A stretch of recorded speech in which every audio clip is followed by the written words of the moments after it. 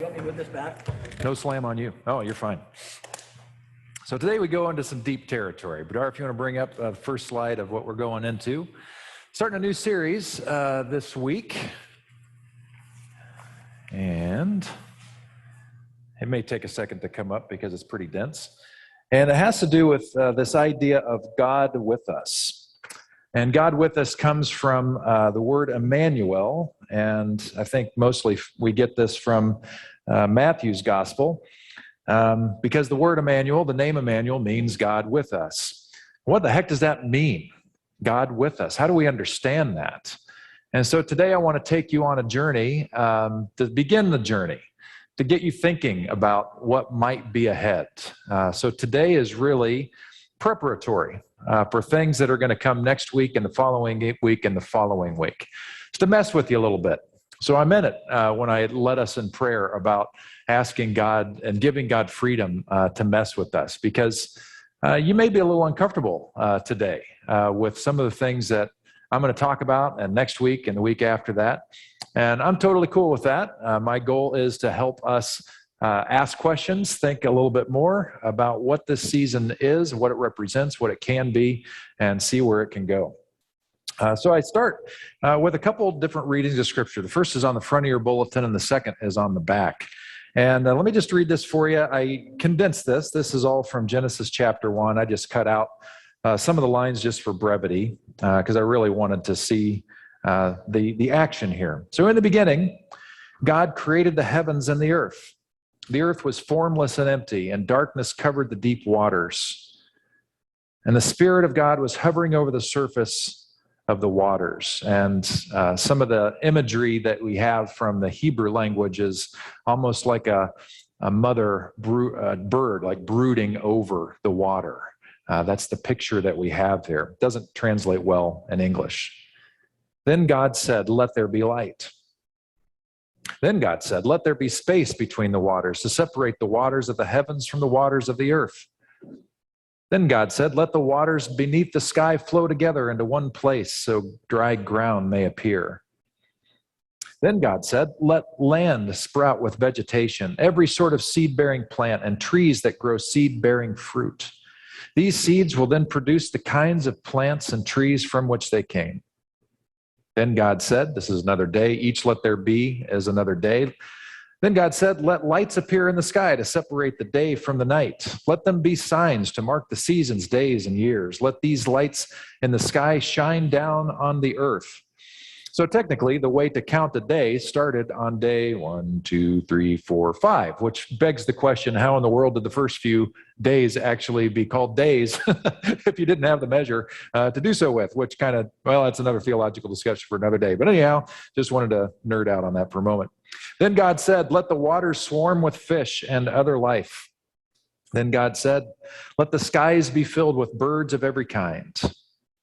Then God said, "Let the earth produce every sort of animal, each producing offspring of the same kind, livestock, small animals that scurry along the ground, and wild animals." And finally, God said, "Let us make human beings in our image, to be like us. They will reign over the fish in the sea, the birds in the sky, the livestock, all the wild animals on the earth, and the small animals that scurry along the ground." Then God looked over all God had made. God saw that it was very good. Cool part about this story is after each day of creation, God says that was good. And at the tail end, after he's made everything in humanity, is that sort of that final piece. He looks at it all and says, "Now that was very good." This is our origin story. This is our beginning story. We're made in the image of God, and the way God views us is very good. On the back side, I share with you John 1. This is called the prologue of John. And again, I cut out a couple verses just to clean this up a little bit for brevity and also to see the poem. In John 1, all of the words that I'm sharing with you in some translations are italicized to make it clear that these are meant to be poetic, just like the first chapter of Genesis, a poem. And now we get another poem. In the beginning, the Word already existed. The Word was with God, and the Word was God. He existed in the beginning with God. God created everything through him, and nothing was created except through him. The Word gave life to everything that was created, and his life brought light to everyone.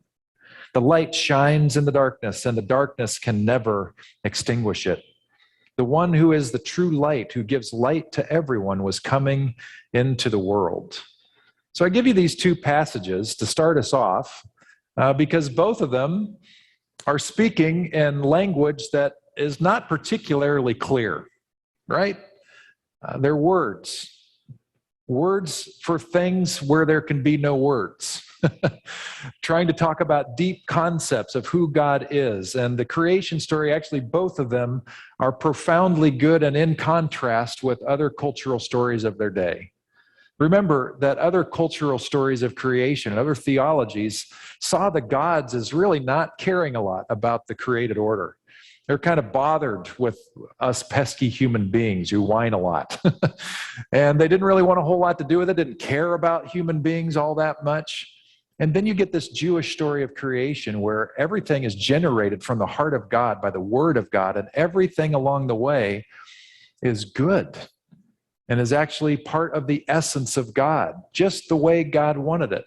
And human beings aren't these little pesky ants at God's picnic, but they're actually beloved, and they're elevated as made in the image of God. It's a beautiful story. This is our origin story.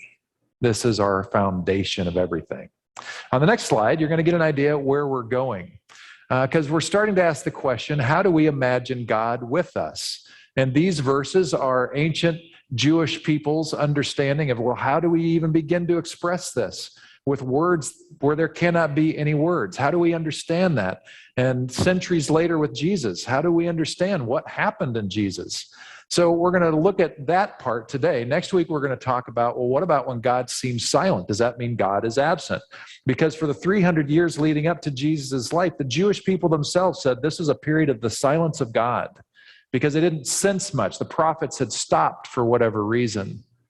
And then in a couple of weeks, we're going to take a look at what was new with Jesus. How was he speaking into his time in ways that were provocative to start to get people to think very differently about who God is and what God is trying to do in the world?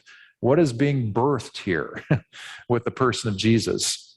And on that note, one of the things I've noticed, even with an apocalyptic Advent reading today, is sometimes our focus on Jesus during this time of year is almost exclusively on Jesus came to die. There's this song, which I did a little bit of homework on just to get the lyrics and found out it's an Appalachian song. I wonder as I wander. You know that song?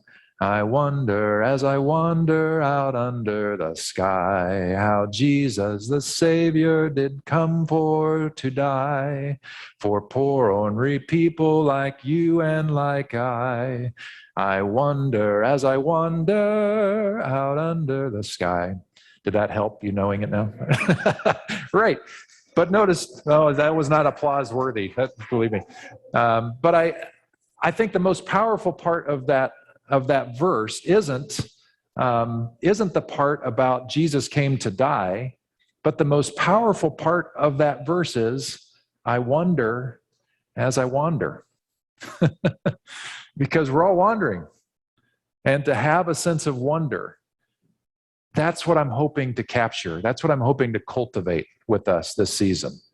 And to get there, I'm going to borrow a couple of voices, 2 voices today, and at least 1 voice continuing on through the weeks ahead. The first voice I want to bring to you, some of you have seen this, some of you have not. This is a video out of a series that I taught years ago and sometimes repeat. And this is Brian McLaren.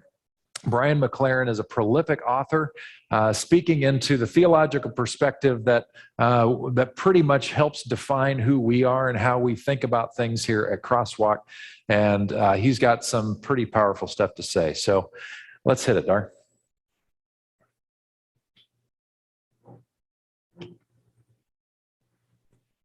I grew up in the church, and I've been a committed Christian since I was a teenager.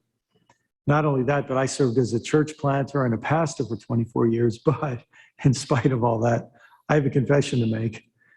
Sometimes when I hear people speak about God, I feel like an atheist. The God they speak of, I just don't believe in. A God who loves Christians but hates Muslims, or a God who pours luxuries on the rich but consigns the poor to poverty, or a God who cares about human souls but doesn't give a rip about conserving and protecting our beautiful, fragile planet. So if you ask me, is God real? I first have to ask which God we're talking about, and what do you mean by God? Do you mean an old man with a long white beard who's making a list and checking it twice, or a chess master moving pieces around on a divine chessboard, or a cosmic clockmaker who set the world in motion but now keeps his distance, or maybe a vague fog that descends on certain people? When we ask if God is real, we also have to ask what we mean by real. Is God real the same way a physical object like a frying pan or a toaster or a cinder block is real? Or is God real the way love or freedom or hope is real? Or maybe God is real in a way we can't actually conceptualize but can only imagine. Now, I think that word imagine is central to speaking about God, because whenever we speak of God, we compare God to things we know, and those things become images for God. So we might use physical or functional images for God, imaging God as a rock or a shield or a fortress, or we might use personal and relational images for God, like a mother, father, friend, or king. Or we might use mysterious images of power and wonder for God, like water or fire or wind or light. We have no way to speak or even think about God apart from images like these. In fact, the idea of the Trinity, so central to traditional Christian understandings of God, takes a great deal of imagination. Through history, people have used images like three dancers moving in a circle, or three leaves of a clover, or three states of water to try to convey that one God can exist in three persons, or that three persons can constitute one God. But our use of images for God puts us in a constant struggle, because if we aren't careful, we over-identify God with the image itself. So, for example, we might speak of God as king, but do we actually mean God is a literal king sitting on a literal throne upon his own literal gluteus maximus? Or if we speak of Jesus sitting at God's right hand, do we think God has two literal hands, left and right? If we speak of God's voice, do we think God has literal vocal cords that vibrate with literal breath expelled from literal lungs that breathe literal oxygen? I mean, when you begin to face these complexities, you realize why Christian thinkers and mystics have created two technical terms to describe two ways of thinking and speaking about God. In the cataphatic tradition, we emphasize that our images and words really can help us to conceive of God and relate to God. It means that we can talk about God. But in the apophatic tradition, we remind ourselves that God can never be reduced to images or contained by words. It means that reverent, loving silence is sometimes the most eloquent form of theology. When we hold these two traditions in proper balance, we keep seeking God, reaching out to God, and relating to God, always remembering that God can never be fully grasped in hand or captured in a box or stuffed into the hip pocket of our tiny little minds. Some people overestimate how much their language can capture and contain God. They lose the needed balance in the direction of excessive certainty, and their faith resembles a fortress built on a mountain. Whether they're believers or atheists, these folks are equally certain of their own viewpoint, equally dismissive of everybody else's, and equally impervious to learning something new. Life for them becomes a war zone, and faith for them is reduced to a fight about who's more right. Other people make the opposite mistake. Their faith resembles an imaginary castle floating up in the clouds. Everything's highly speculative and theoretical and academic and very far removed from real life and daily experience. If fortress people reduce God to concrete facts, cloud people reduce God to foggy opinions. If fortress people turn faith into a vicious fight about who's more right, cloud people reduce faith to a kind of inconsequential leisure activity, like doing crossword puzzles or collecting refrigerator magnets or being wine connoisseurs. In between these extremes, the rest of us need a third alternative. We don't want faith to be a fight, and we don't want faith to be a fog. We want our faith to be a quest for God and with God. For those of us who live in the zone of wonder and curiosity, faith and doubt, desperation and hope, maybe we could say that for us, faith is like a ship that we're sailing on. Our beliefs are like planks in the hull, and the trials and disappointments and enigmas of life are like the storms and icebergs and reefs that sometimes threaten to sink us. Sometimes old planks spring a leak and have to be replaced, often when we're far from shore. We might say that God is the source and the goal of our quest, and that God is the mysterious sea upon which we sail, and that God is the wind we raise our sails to receive. We might say that fellowship is what we experience with fellow travelers on our ship of faith. We might even say that theology is the necessary maintenance of the hull and decks and sails so that our ship stays seaworthy for generations to come. In all of this, of course, we need to remember that maintenance of the ship is not the point. The quest is our experience of and with God. The great French philosopher Blaise Pascal said it simply and well. We are embarked. In other words, we aren't just theorizing about a hypothetical journey or planning a potential voyage for someday in the future. We're already at sea, actually underway in the wild adventure of sun and wind and wave and tide. I can't help but think of the way Jesus made sure to lead his disciples off of dry land and out into the deep, as if to say, pay attention, friends, this is what the life of faith is like. Sometimes on my journey, I've experienced God in extraordinary ways, in dramatic surprises or soul-expanding insights or unexplainable mystical encounters. But more often, I felt God's reality in the simple encouragement of a friend, in the gentle inspiration of a sermon, or in the familiar ritual of the Eucharist. And I'd be less than honest if I didn't also say that at times I found myself in the spiritual doldrums, cast adrift and wondering if the wind would ever blow again. But through it all, I find myself between unfathomable depths above me and unfathomable depths below me, captured by the call of the sea and the thrill of adventure, which are for me beautiful images for God, whose grandeur and wonder surpass all words.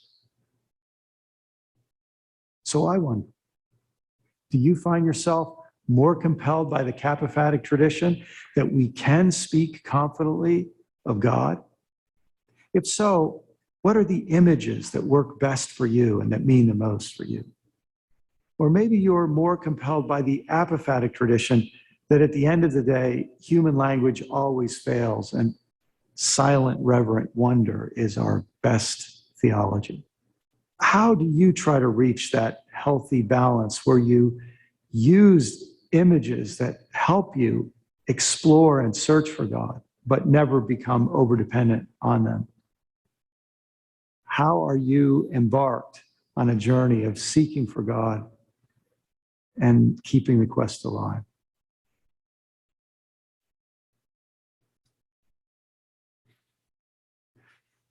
On the inside of your bulletin, you have those images that are on the screen, and I wanted to provide these to you kind of as homework for you to be thinking about these things. On the left side, with all the cartoon stuff and drawings, you have the cataphatic, or expressions of a cataphatic approach to God. And on the right side, you have the apophatic, where there are no words really to describe, where it's just the mystery and sitting in that kind of reverence.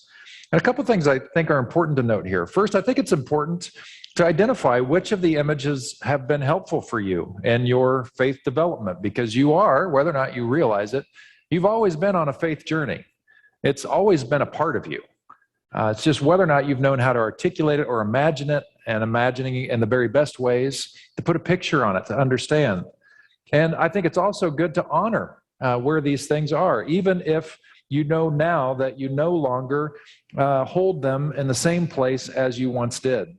So for me, there was a time in my life where Heavenly Father was very, very important to me, and especially that Abba part. Recognizing that there's this daddy, part, and all that meant, that could, even though I had a good dad, that could even be greater than that. And that meant so much to me in that particular time in my life. It meant so much to me. And yet I understand that God is not gendered, and God is not a man, and God is not a person, that in that kind of limiting kind of a way. And there are other images here too that I can resonate with. When I'm on the street talking to people, I hear a lot about the man upstairs. And that's a very comfortable way for people to talk about God. Did you know that there's a biblical reference that talks about God as a mother bear? Maybe you didn't even know these. All these are biblical, and to some degree. Some are more philosophical, like God as a watchmaker, but certainly that evidence is there. God as potter. I remember more than 20 years ago in my ministry, that was a very important image, and we had songs to go with it that were really, really powerful and important of the day.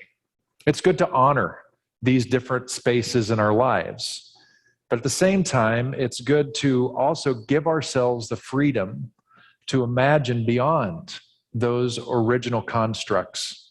It's also important for us to literally say out loud, this has been a meaningful way for me to think about God, to put it out on the table. And the reason why it's important is because the way our brains work, we really truly cannot entertain any new ideas about just about anything until we first say, this is what I believe about everything. Once we know what we know, then we can find out what we don't know.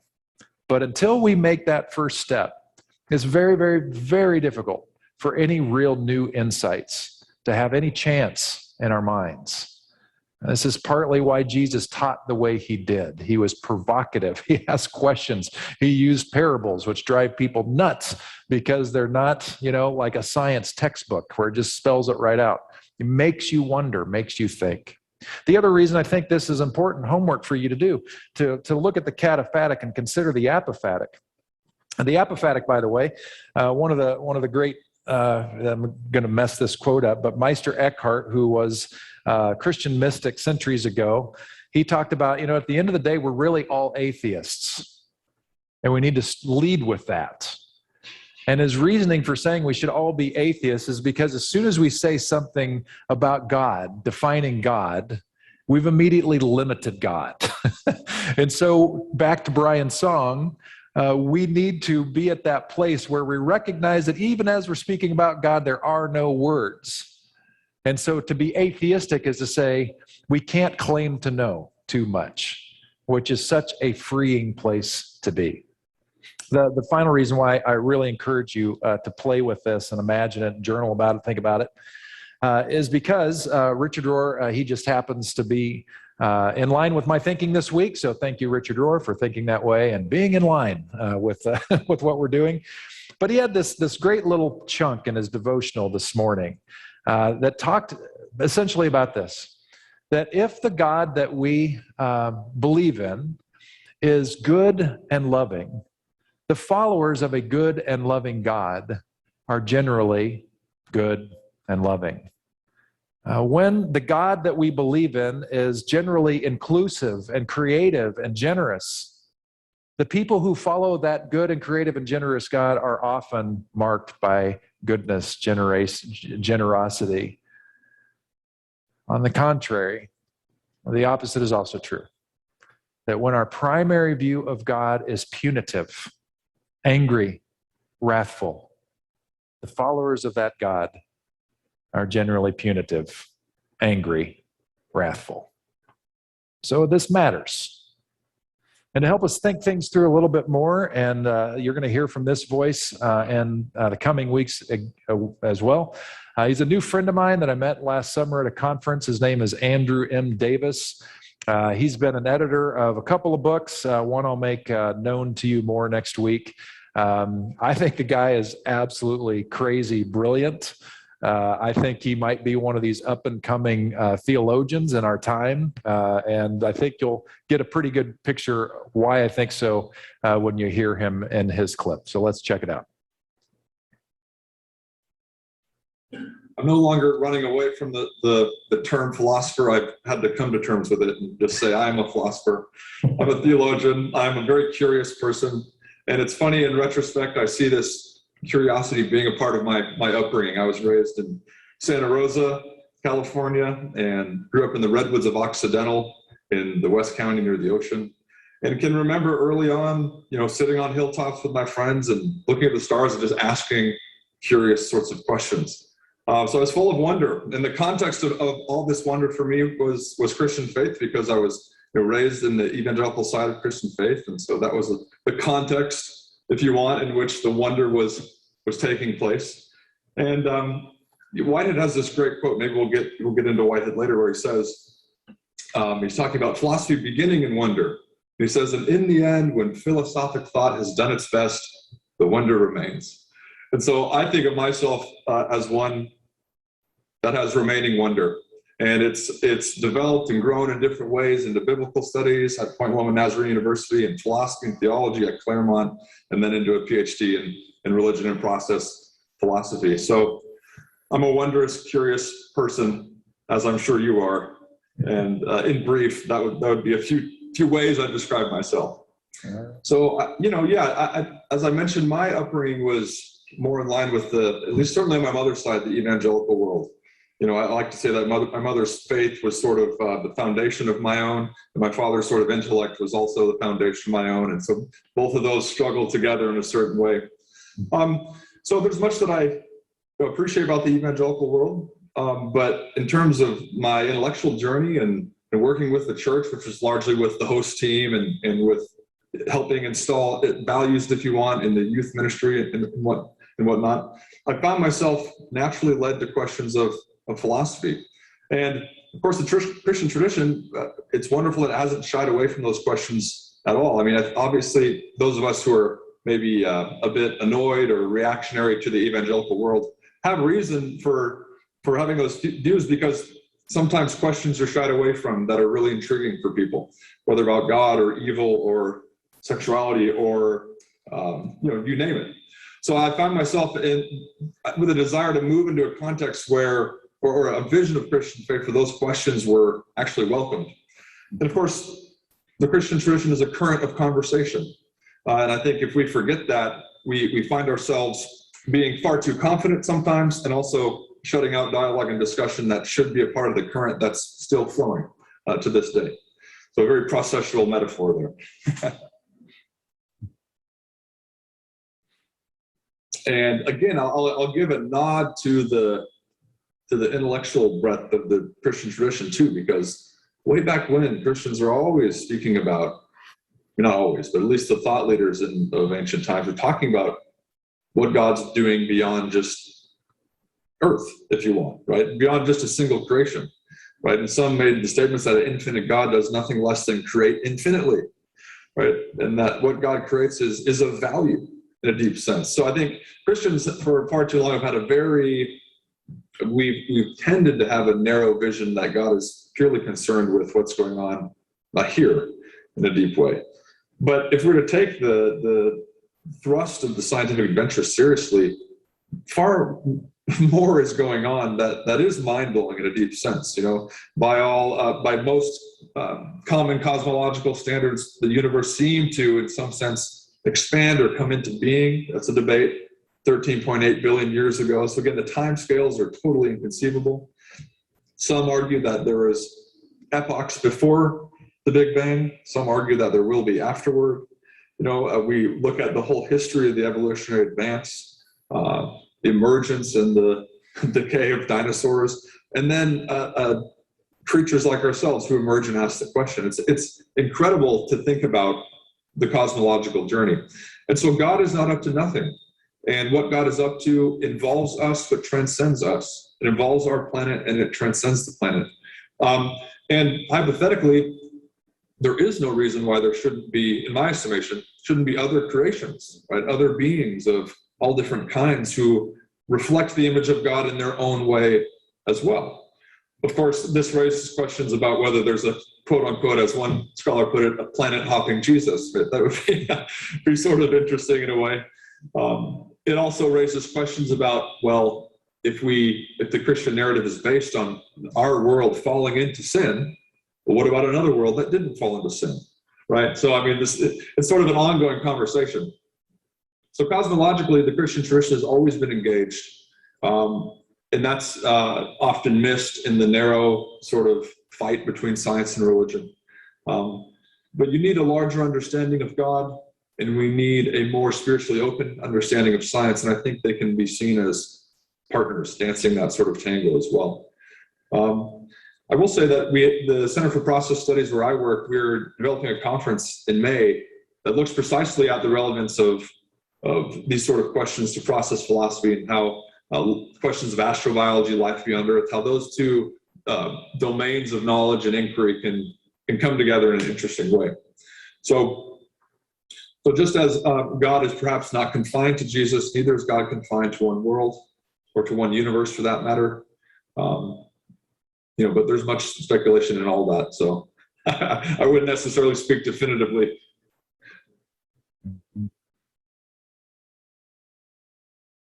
With everything that you've learned and where you are in your life right now, how do you enter into this Advent season in a meaningful way for Andrew Davis? Yeah, great question. I would say I do so relationally. I do so in a community that is, in a Christian community that is in memory of all that this season represents, right? The coming of God, the very advent of God. But I have not wanted to lose the fact that the advent is also adventuring, and that it continues, and that what I see in the life of Christ is a call towards an adventure with God in and through your own life. And so it's not just something that happens in the past any more than creation is, right? It's not a one and done event back there somewhere, but that God is still up ahead of you in the future, and that has to be the case if God is coming toward you, right? God doesn't come toward you from the past. God is up ahead as the ground of possibility coming towards you with novelty for your own life and for the world. And so I sit in with my community, and I think about Advent in terms of adventure. And I think about the ways in which I have either, accepted or disregarded that adventure in the previous year. And I sit and try to remind myself of what's still to come up ahead and how I can be a part of it. So it's a struggle and it's a call to adventure. And I think that's what God is ultimately up to in the person of Christ and the unfolding of a cosmic universe of potentially infinite scope. God is an adventurous God, and able and wanting to do new things, as the scriptures say, behold, I do something new. Individually in our lives, cosmically with the universe. And so I think about adventure. That's what I've been focusing on most recently as the season comes. Adventure is something up ahead that comes toward you. So, and that's undetermined in a certain way, right? It doesn't necessarily have a fixed, fully determined end. Right. And so there's something to trust in the process. And I think that's an important and hard thought, but it's something to focus on in this season for me. I just love that way of thinking about our theological development, and at a time like this, when we're starting this season, to wonder, could there be an adventure ahead of us? And that's a hopeful thing and a scary thing. Some of us would just rather keep things just as they are in the cataphatic tradition. Don't mess with it, man. Don't prod my foundation here. And yet, what if there's more? What if there's more to discover? What if there's a bigger way of thinking about all of this? And as any adventure would imply, there's excitement and there should be a little anxiety as we do this. But I hope you'll be up for it as we consider what God with us might mean. Next week, we're going to go a little bit deeper, a lot of bit deeper, in a term that is more familiar around Crosswalk called panentheism, in contrast to theism, which most of the culture holds. And we're going to take a look at what that is. And we're going to do that by looking at a few characters in the birth narrative, according to Luke, that had their minds blown about what God was up to. They didn't even know they were signing up for an adventure, but they were alive and God was alive. And as Andrew said, God is not up to nothing, but God was up to something. And these people were invited into that something, which was remarkable and terrifying all at the same time. And yet, in retrospect for each of them, I'm sure they would say, so worth it. So we embark on this new season of Advent that I hope you'll join me in, join God in, and I hope that by the end of it, we will have discovered so much more than we even entertained. And my hunch is that we will not discover just the things that I think we should discover, but trusting that God is in the whole process. I'm just excited to find out how God is messing with you and how you will speak back into the community about how you're experiencing this adventure on your side. So that's where we're headed. It should be fun. Think about this. What's been meaningful, honor it, respect it. Don't let it limit you. Know that there are stakes in the game, that who we are and how we live our life is a reflection to some degree of how we envision God. And therefore, it's very important that we learn and allow that to grow. Let's pray together. We'll end with the Lord's Prayer here in a moment, but let me close this time together in prayer.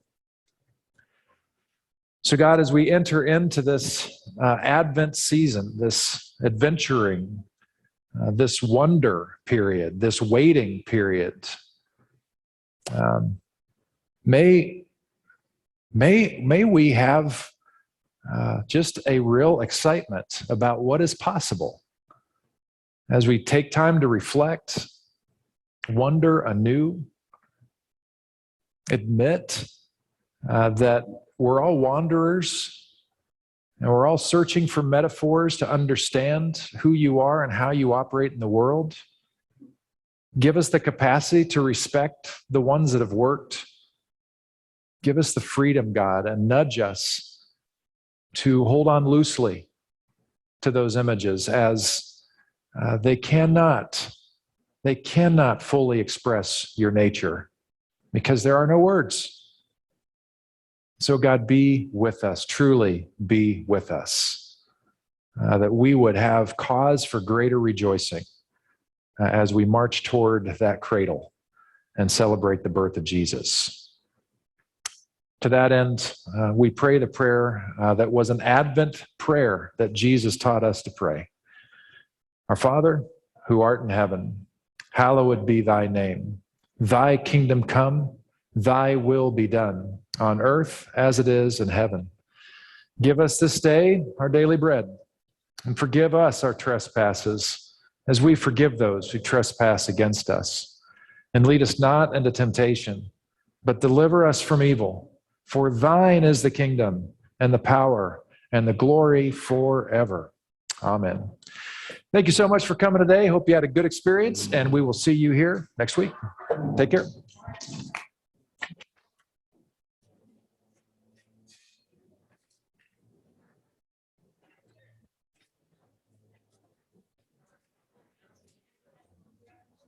Hey, Bill.